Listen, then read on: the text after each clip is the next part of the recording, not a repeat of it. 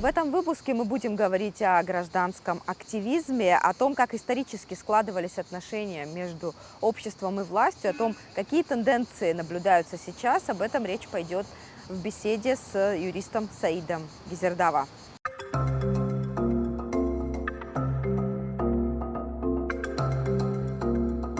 Саид, спасибо за возможность поговорить. Сегодня у нас речь пойдет о гражданском активизме, о том, как вообще диалог между обществом и властью на протяжении вообще истории складывался, какие сейчас взаимоотношения, и об уровне демократии поговорим. Спасибо, Дала, что подняли этот вопрос, потому что он интересный, и его, кстати, очень редко поднимают, да, редко у нас говорят о гражданском активизме, он разные формы имеет совершенно. Моя организация, которую я представляю, Центр гуманитарных программ, она довольно давно этим занимается, но можно сказать, что мы такой формой гражданского активизма, как гражданское участие, да, занимаемся. Я согласен с вами относительно уровня свободы, и это не только наша внутренняя оценка, даже, скажем, из-за рубежа, и есть западные институты, даже можно себе представить такой, да, Freedom House, который говорит о том, что в Абхазии довольно высокий уровень свобод, именно политических, на постсоветском пространстве. И это, кстати, оценка очень многим не нравится на том же Западе и той же Грузии, что все-таки по сравнению со многими государствами постсоветскими у нас довольно высокий уровень свобод. Другое дело, что как эта свобода, где она проявляется, да? У нас акцент со СМИ, он был перенесен, мне кажется, в плане свобод на социальные медиа, да, и там именно граждане в большей мере проявляют эту свободу слова, свободу выражения мнений. И ответственности, как мы видим, такой того, что государство пыталось отрегулировать или поднимало вопросы с тем, чтобы как-то лишить возможности, да, людей свободно говорить, мы такого на самом деле не видим. Хотя бывают иногда некоторые эксцессы, конечно, они связаны с тем, когда люди переходят на оскорбительный тон. Но все-таки в целом уровень свобод политических, он у нас достаточно высок, хотя бы свободы выражения мнения. Но обо всех политических свободах, к сожалению, такого сказать не могу. Например, другие политические свободы, такие как право избирать и быть избранным, оно сегодня все-таки очень существенно подвергается различным воздействиям.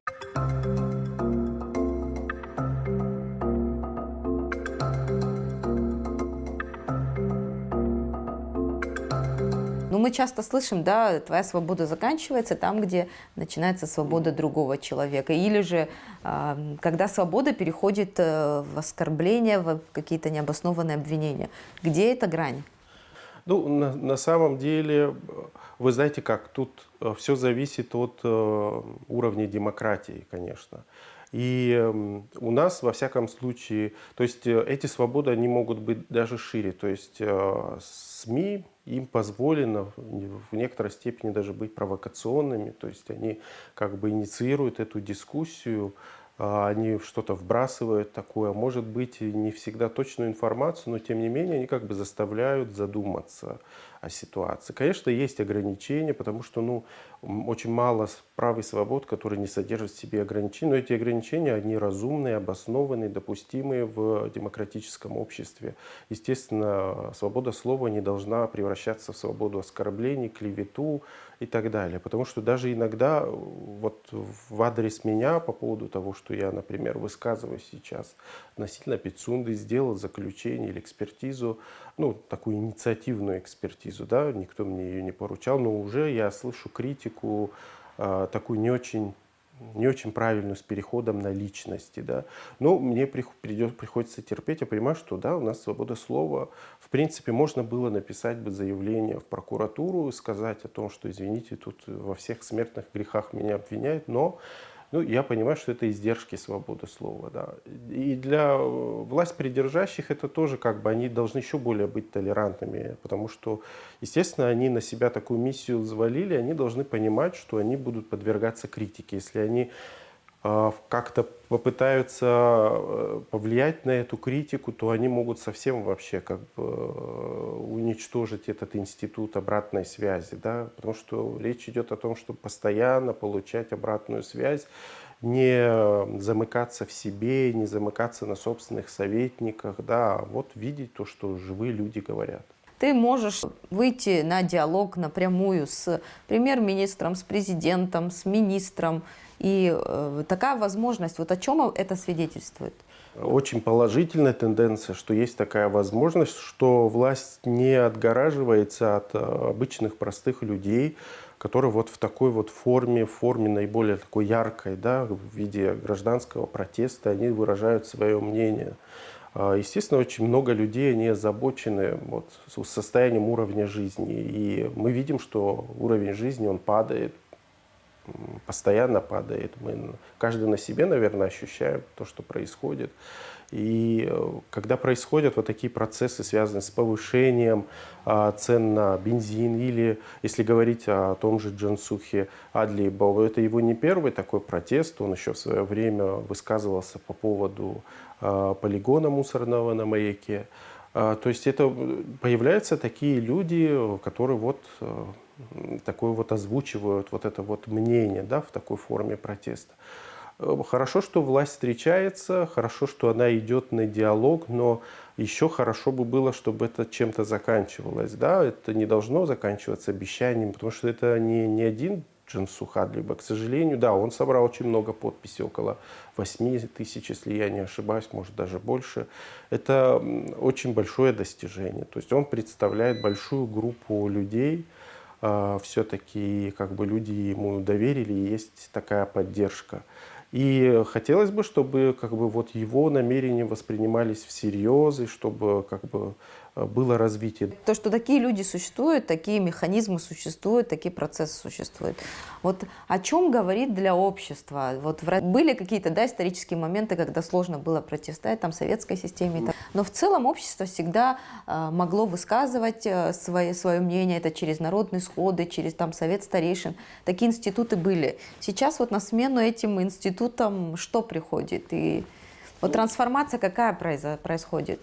Об историческом прошлом можно сказать одно, что да, по-разному власть общалась с народом, но вот последние годы Советского Союза видно было, что власть все-таки, наша власть, да, там представители абхазского народа, которые находились в этой власти, они опирались на народ, они... И отсутствие крепостного права в Абхазии. Да, они опирались на народ, и вот эта вот практика того, что власть должна опираться на народ, это и в принципе это важнейший, да, демократический принцип, который в нашей Конституции закреплен, он должен сохраняться. Да, я понимаю, и вот есть какие-то процессы, которые у нас протекают, они протекают в таком вот закрытом формате, да, от общества. Общество всегда заинтересовано в том, чтобы все те процессы принятия решений, которые напрямую отражаются на судьбах наших, на нашем уровне жизни, они каким-то образом они обсуждались открыто, публично. У нас, кстати, все подготовлено для этого. У нас есть прекрасное законодательство, которое позволяет вот вести этот постоянный диалог. И иногда это не работает. И, естественно, возникают вот протесты. Это как бы вполне обоснованно, потому что мы все-таки привыкли к определенному уровню, да, вот, общественных свобод политических. И нам нельзя ни в коем случае сворачивать, иначе как бы мы потеряем вот свое вот это вот национальное, характерное для нас общение, такое тесное общество, да, можно сказать, широкое общество, не обязательно гражданское. У нас есть и гражданское, и более широкое общество с властью. Ну, у нас есть, кстати, и не очень хорошие примеры вот такого активизма, да, когда это приводило к смене власти и так далее. Вы знаете, я бы отделял, конечно, вот те политические эксцессы, как народные волнения, они тоже имеют место быть. Но вот если говорить о гражданском как таковом активе, мы сразу можем водораздел такой вот провести, сказать, что вот все, что связано с вопросами сугубо с властью, да, с приходом к власти. Это уже не совсем гражданский активизм. Здесь это политический активизм. Да, это вот немножко надо да, различать, разграничивать. Здесь мы имеем дело именно с таким политической борьбой, с политическим активизмом.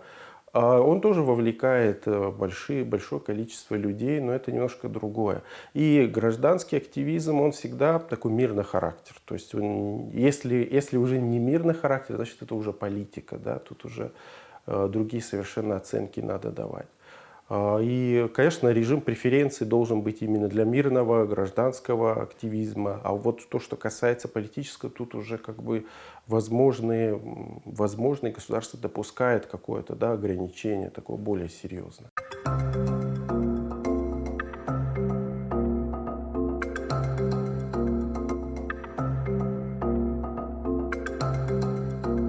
Вот я в обществе часто в последнее время слышу, вот когда о протестах говорят, там, когда расходятся мнения да, в обществе, одни за, другие против, и люди говорят, почему бы не провести референдум?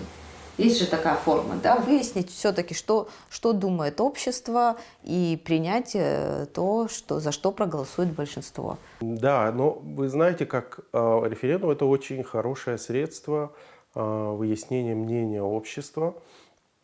Ну, референдумы бывают самые разные, не обязательно с помощью референдума какое-то решение принимаем, можно просто действительно мнение, это такие более плебисцитарные, так называемые формы.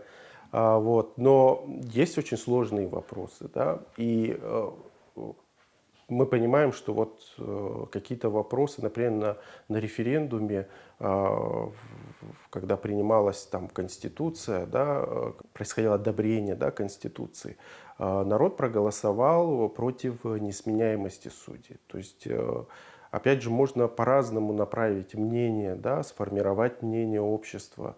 И не всегда можно как бы надеяться на то, чтобы вот именно в такой форме решать какие-то вопросы.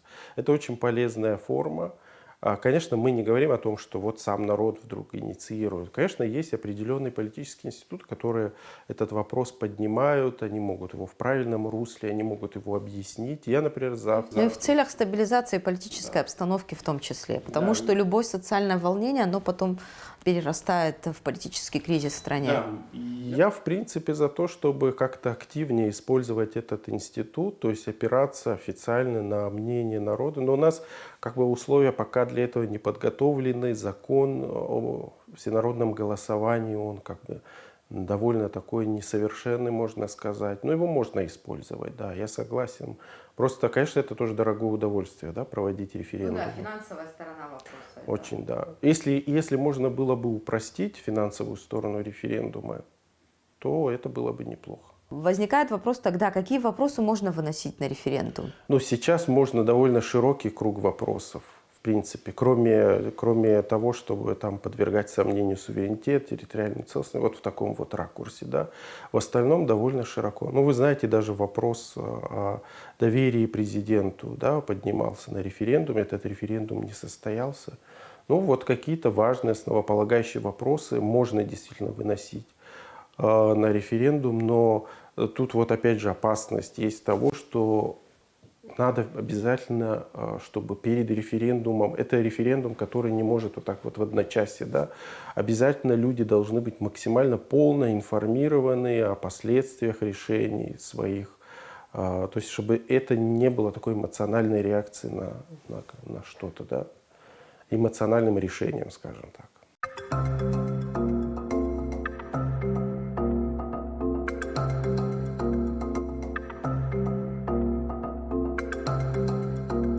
Ну, как вы, во-первых, оцениваете общество наше, да, гражданское общество, наши возможности влиять на какие-то решения? Как дальше развивать диалог власти и гражданского общества?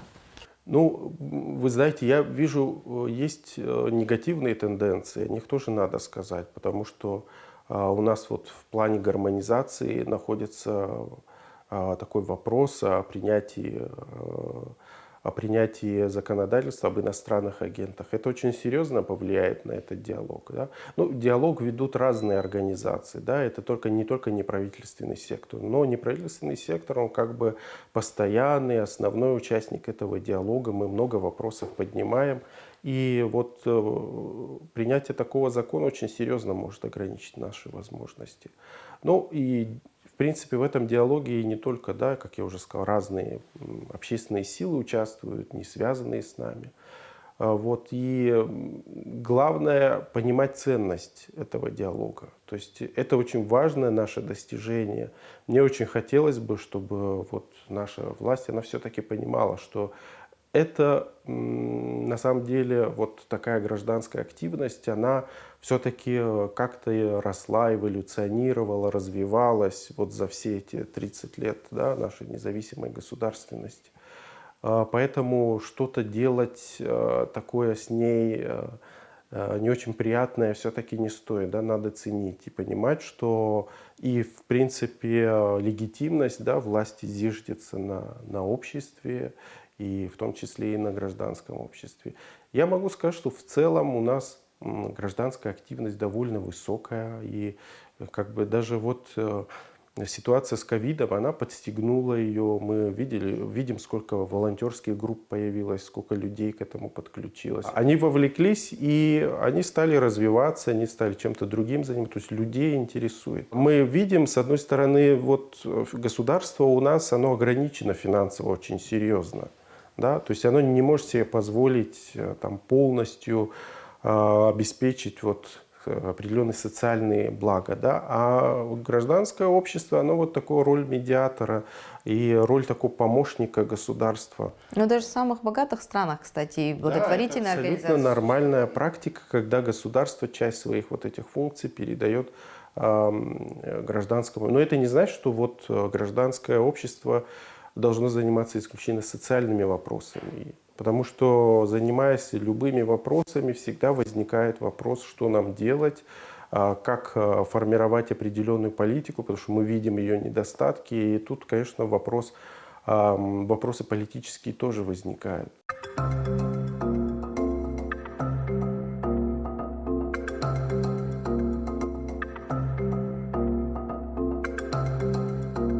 Саида, а вы сказали, что должен быть четкий, да, водораздел между политикой и социальной, да, социальным активизмом, но гражданским активизмом. Но можно ли вот эту так четко провести грань, потому что насколько наше общество политизировано, и любой социальный, да, протест, там, даже пусть это от конкретного, да, одного лица это исходит, это все равно у нас связано с политикой. Есть общественные силы, которые очень четко понимают, да, свое место в обществе. Ну, это как-то звучит грубо, не очень корректно, но они понимают, какую миссию они выполняют. Да?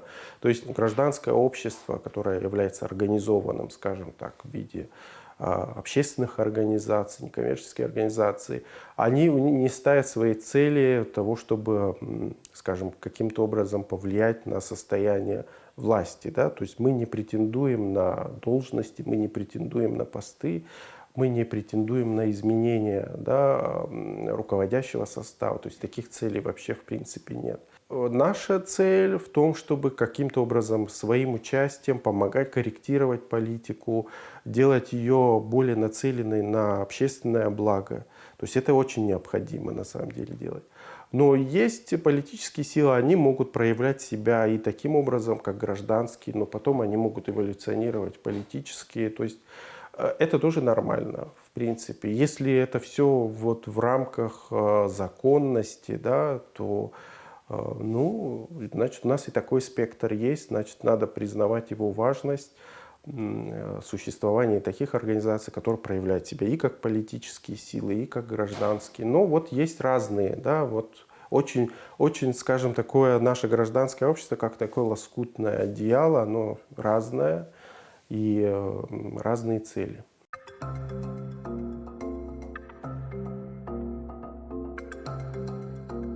Последние 15 лет наше общество в таком состоянии турбулентности, да, политической пребывает, и поэтому любое заявление, протест, даже если вот это исходит от одного человека, это воспринимается уже так, что этот человек там стремится к каким-то политическим вопросам, к той же смене власти. Да, такой момент обязательно присутствует. Но, как я уже сказал, у нас власть воспринимается как некая цель.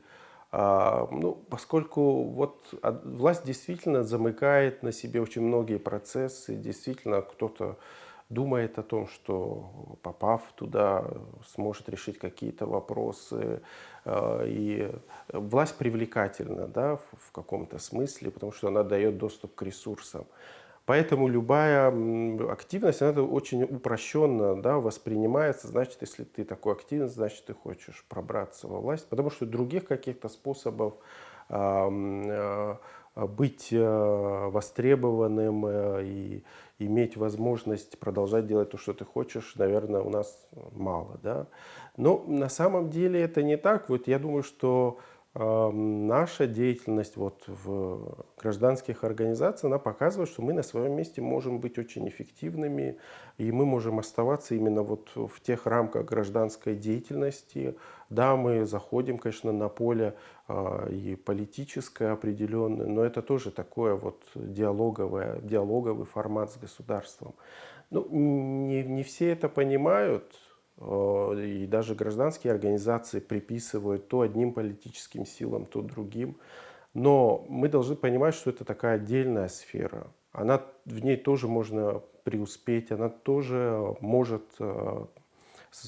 быть полезной и является полезной. Она тоже может влиять на ситуацию в стране, и иногда не меньше, чем власть. Вот, например, я думаю, что ситуация с ковидом это очень хорошо показала, насколько эти гражданские силы, они были эффективны, насколько они помогали, в том числе и системе здравоохранения. Как они работали вместе, да, в тандеме с власть, гражданские организации.